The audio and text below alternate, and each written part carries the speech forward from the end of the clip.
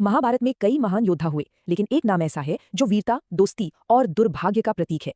आज हम बात करेंगे कर्ण की, एक ऐसे नायक की जिसकी कहानी हमें बहुत कुछ सिखाती है। तो चलिए कहानी को एक सवाल से शुरू करते हैं।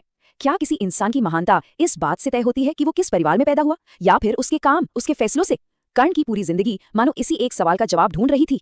कर्ण की कहानी की शुरुआत किसी भी राजकुमार से कम नहीं थी। उनका जन्म ही अपने आप में एक दिव्य घटना थी, शक्ति और वरदान के साथ। लेकिन यहीं से उनके जीवन की सबसे बड़ी मुश्किल की नींव भी रखी गई। वो कोई साधारण बालक नहीं थे, बिल्कुल भी नहीं। वो राजकुमारी कुंती और स्वयं सूर्य देव के पुत्र थे, और जन्म से ही उनके शरीर पर एक दिव्य कवच और कुंडल थे। ये कोई गहने नहीं थे, ये उनके शरीर का ही हिस्सा थे, एक ऐसा वरदान जो उन्हें लगभग अजेय बनाता था। पर एक समस्या थी। कुंती उस समय अविवाहित थीं। समाज के डर से उन्होंने अपने इस नवजात बेटे को एक टोकरी में रखकर गंगा नदी में बहा दिया। और बस यहीं से कर्ण की किस्मत ने एक ऐसा मोड़ लिया जो बेहद मुश्किल और चुनौतियों से भरा था।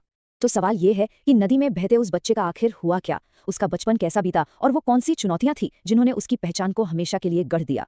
वो सूर्यपुत्र जिसे एक महल में होना चाहिए था, उसे हस्तिनापुर के एक सारथी अधिरथ और उनकी पत्नी राधा को मिला। उन्होंने उसे अपने बेटे की तरह पाला, उसे खूब प्यार दिया और नाम रखा राधे। उसकी दुनिया एक राजमहल से सिमटकर एक सारथी के घर में आ गई थी।